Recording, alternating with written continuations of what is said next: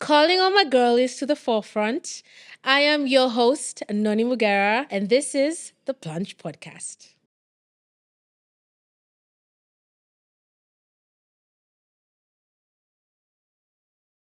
If you want to stop working in a toxic workplace in your 30s, this is where you're going to know how to do that.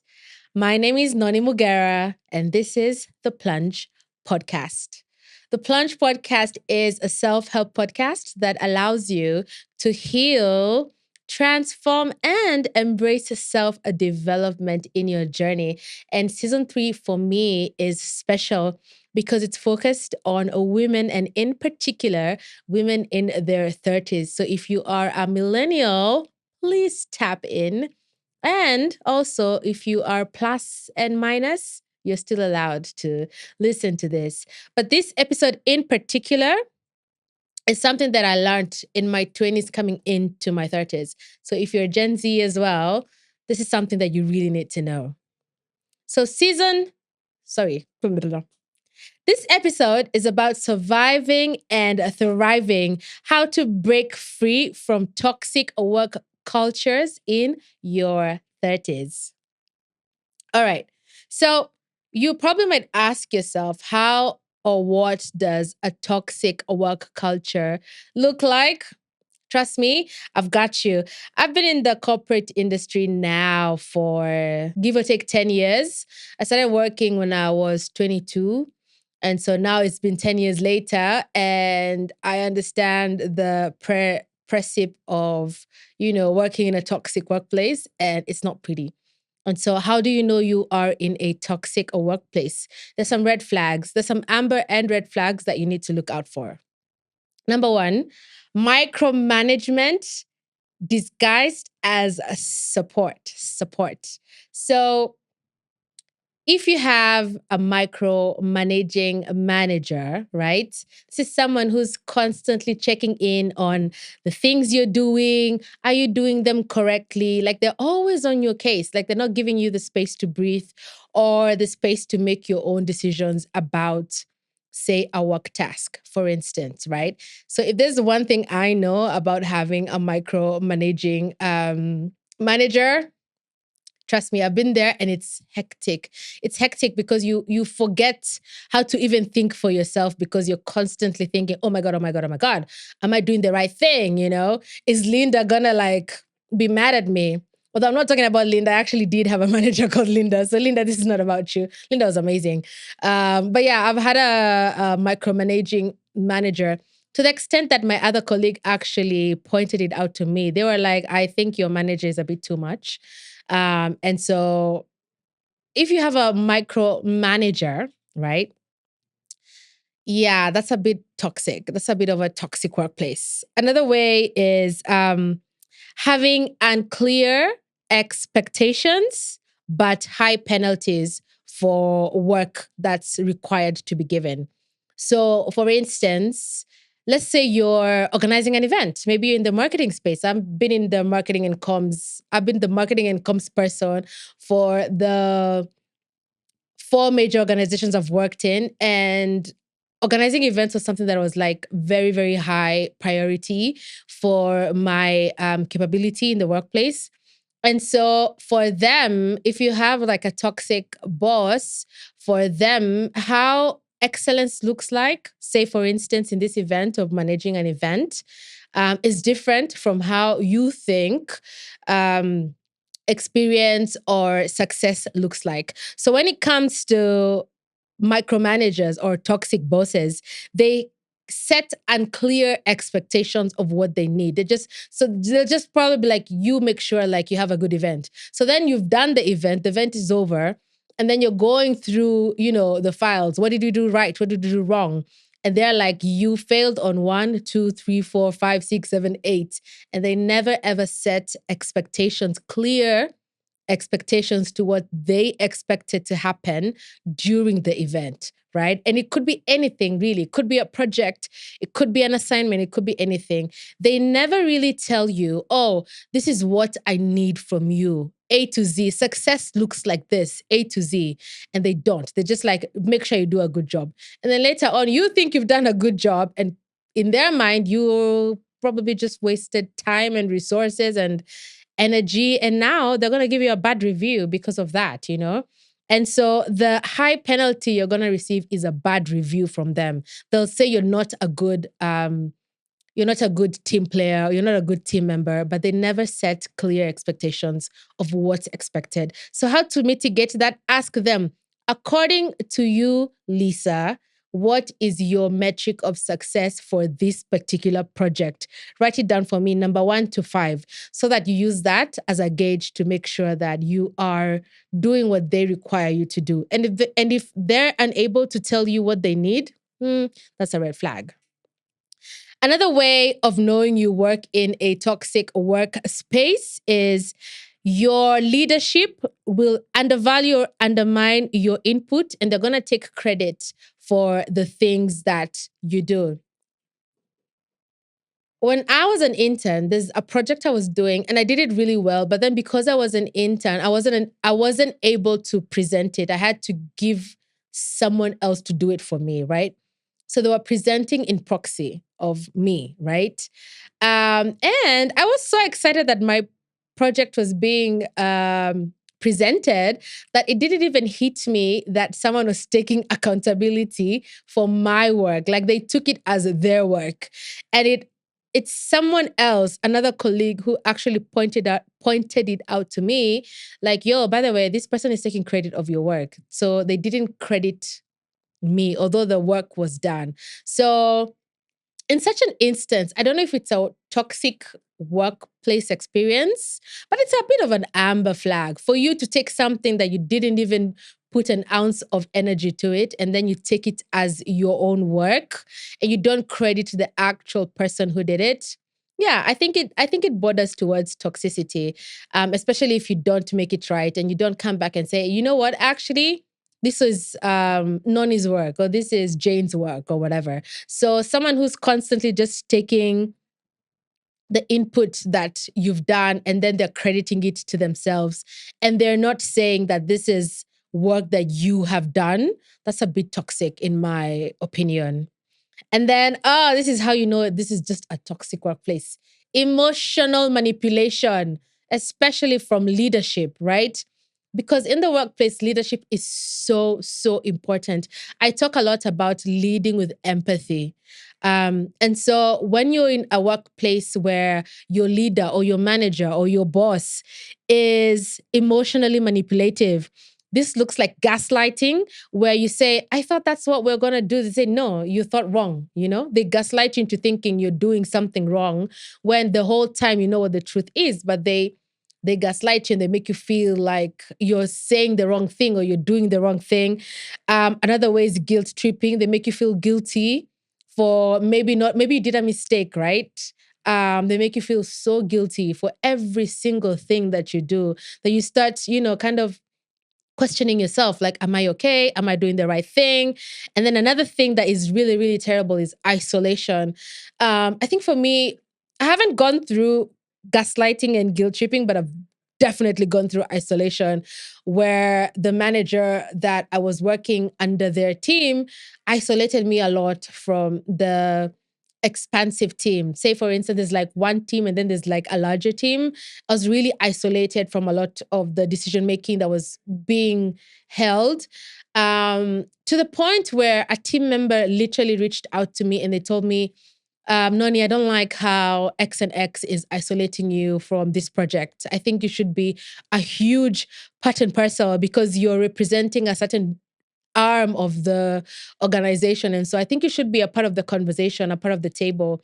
And so if you're not being invited into some of the tables where key decision making is being made, and you even feel scared to ask them, yo, why are you isolating me? They'll be like, what? No, I just didn't feel like you were required or needed in that particular um conversation. So if it's a one-off thing, that's fine. But if you notice this is something that's recurrent over and over and over again, this is someone who's emotionally manipulating you so that eventually they can find a way to, kick you out of the organization. So don't allow that to happen.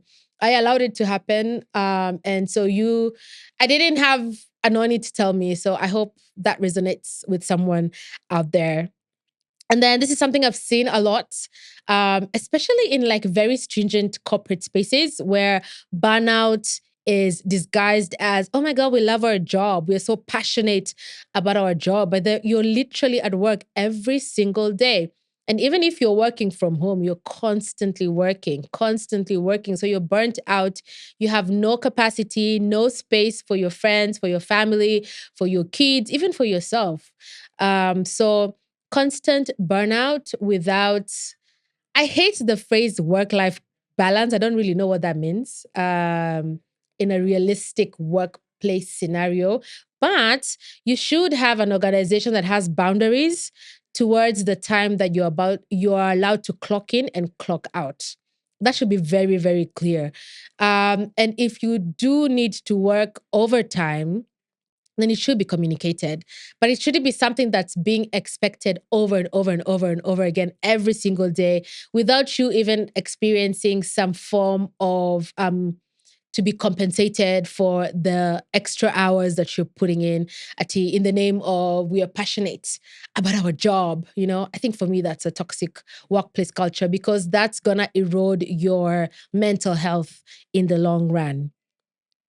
And then lastly, leadership that punishes vulnerability and rewards performance over people. So, actually, remember, there's this organization I worked for where the HR would always be like, if you feel like you have something burning in your heart, please come forward and speak about it. But no one ever really did because they were so scared that you would probably maybe say something that was deemed negative towards your boss, and they would know immediately who you're talking about. So there's no safe space for opening up, and there's no safe space for vulnerability. And so people are really, really scared to come up and speak about some of the issues that they were dealing with, to the extent that they had to create an anonymous app for you to put in your, how do we call it? To put in your complaints. Yeah. But even then, even if something is anonymous, you'll still know that person is talking about John. And so I think for me, the fact that already people are so scared to come up and talk about real issues that are going on in the workplace, that's a bit of a red flag. And then an organization that values and rewards performance over people is basically showing that targets and goals are more important than the people, and which is really sad because people are the main um, resource that an organization has. And so for me now, I didn't used to have the strength to do this, but nowadays, when I'm consulting with a client, I always ask, what's your work culture in terms of putting people ahead of performance? How does that look like? And do you have an example of a time where you put people ahead of performance? Because most of the time, some of these really bad bosses, they're really good at their job. They're super competent at their work. And so just because they're bringing in profit goals or they're bringing in clients and we're hitting margins, they're making other people's experience really terrible in the workplace. But because they're hitting their goals, leadership tends to, ignore some of these signs that people are really, really struggling with. And so that's an example of putting performance over people. I highly recommend organizations where, in as much as someone is competent, if they feel like you are demoralizing the team spirit and the team culture, that person has to go. A leadership stance like that, I think for me, is a very powerful leadership stance. It makes one, the bad boss be accountable on their behavior. And then two, it also shows that we care about the individuals who are working in our workplace. And so for me, that's something that's very important. In my experience, I don't know if I don't know if I've ever seen anyone be put out because of that, but I think globally it's something that has happened in a lot of international organizations. Locally, I don't know. If you guys have an example, please feel free to let me know in the comments, and I'm gonna do my research and check that out. All right. So, what does a toxic workplace do for you? Because now you have gone through your 20s and now you're in your 30s. It's been over 10 years plus of working in corporate space.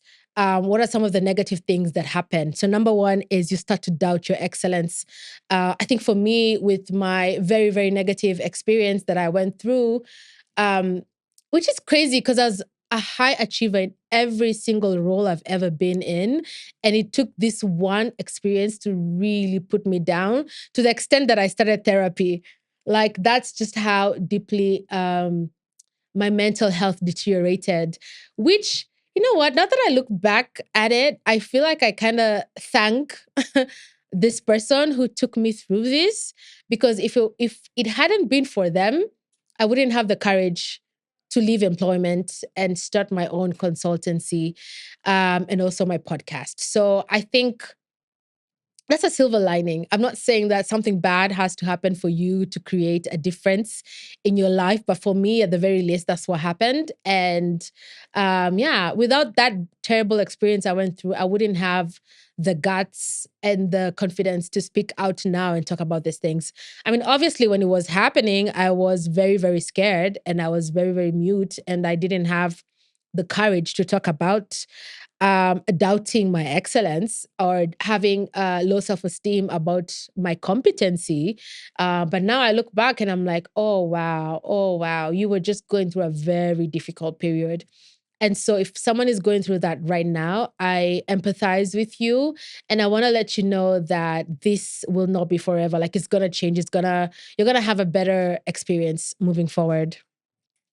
And then another thing some of these toxic workplaces do to you is they start to shrink you and you start to play small and you start to numb yourself and your voice stops to matter. So when you start shrinking yourself, it like you literally actually become a liability to the organization, because the experience and the skills that they paid you for, or that they're paying you for, they're not necessarily getting they're not getting that back because you've shrunk yourself. So you're not yourself. You're not showing up as yourself, as the brilliant person that you were when they were hiring you, because now you've become like a shell version of yourself. And so these are some of the things that happen when you're constantly in a toxic work space. You start to shrink yourself, you start to doubt yourself, you start to wonder, am I enough? Do I really even deserve this job? Or if I leave, am I even gonna get a better job? And then also, I used to have this notion where the better paying the job, the more toxic it is. So that's something that I was very afraid of. Like, the fact that I'm here in this role that's very well paying. I'm not gonna get another position like this again. So I should just stick it out. But in as much as I was making, say, good bag or good money, now that I look back on it, I was using that money to numb myself. Someone asked me, what did you used to do when you felt so down? I said, I actually realized I used to drink a lot more. Yeah, if Tankare could speak, if Tankare could speak, it would tell stories. Yeah, but I was very, very numb. And I didn't have any, like, I only wanted to hang around people who are drinking. And I had the money to do it. So why not? But looking back, I would trade that for a healthy workspace that pays me less any single day. Any single day. In fact, now I feel like I even save more than I used to in the past. So, yeah, that's a trade off that you probably might have to take as you're transitioning into from a toxic space to a healthy space. But then it's a trade off that is going to last you and give you 25 plus more years of health. And you're probably going to triple times four times 10 the amount of money that you're making now. So money should not be a reason why you're sticking in a toxic workplace. I wish someone told me that. And I get it. We have things to do. Life happens, but that doesn't mean that you stick there. You can also always create plan B on how to move on. It it can happen, and you have to create a plan for it. For me, I created a plan with my therapist. Lucy is my witness. We literally created a plan, and she literally like took care of me mentally, emotionally, and we had a financial plan as well. This is how your transition will look like.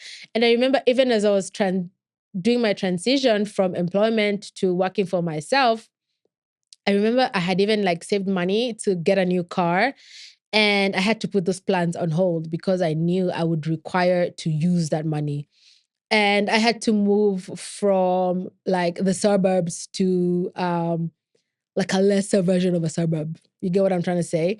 So you're gonna have to give some sacrifices to shift from this toxic workplace, especially if it's the type that pays you really well. But if it's the type that just pays you, sorry, that pays you just kawaida type salary or just normal, nah, I feel like you should leave it and do your research. I always say do your research. And the best way to do your research is figure out who works in the organization you want to work for or you're interviewing with. Talk to two or three people, ask them on the real for real, like, how is it there? And like listen to the pros and cons and then make the decision that works best for you. So as you're trying to cope and stay sane in this toxic workplace, I'm going to share with you guys some things that I feel helped me conquer this very, very terrible season of my life. In as much as I was overdoing it with the gin. I did have, because I was journaling about this, and I realized I did have a couple tips and tricks that I used to help me keep sane and cope as I was trying to figure out my transition era. So I hope this helps you. So, number one is to create boundaries. Remember when I said you shouldn't burn out for an organization in the name of passion or in the name of we're family? No, create work boundaries. If your contract says I'm here 8 to 5, and if you should really push it, let it be 8 to maybe 7 to 6. After that, have a very strict personal boundary of I don't answer calls past 7 and I don't work over the weekend. Yeah. And then even if someone sends me an email at 5 p.m. on Friday, I'm going to probably respond to it Monday, 8 in the morning.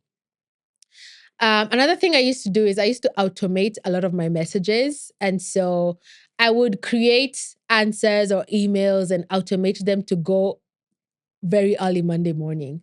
So I feel like that helped me also create some boundaries and give me some breathing space on Monday morning right before I go to work. So that's something that you could also do as well. Maybe some things or some tasks that you feel you can do ahead of like an upcoming week that will create more space for you to just have like your own personal space over the week. That can help as well. So sometimes I would do, say I have a deadline of next week Wednesday, I'd probably try and push to do 50% of that work before said Wednesday so that by the time the Wednesday is coming, I probably finished it 2 days ago and I'm just, counter checking to see have I done it right or wrong.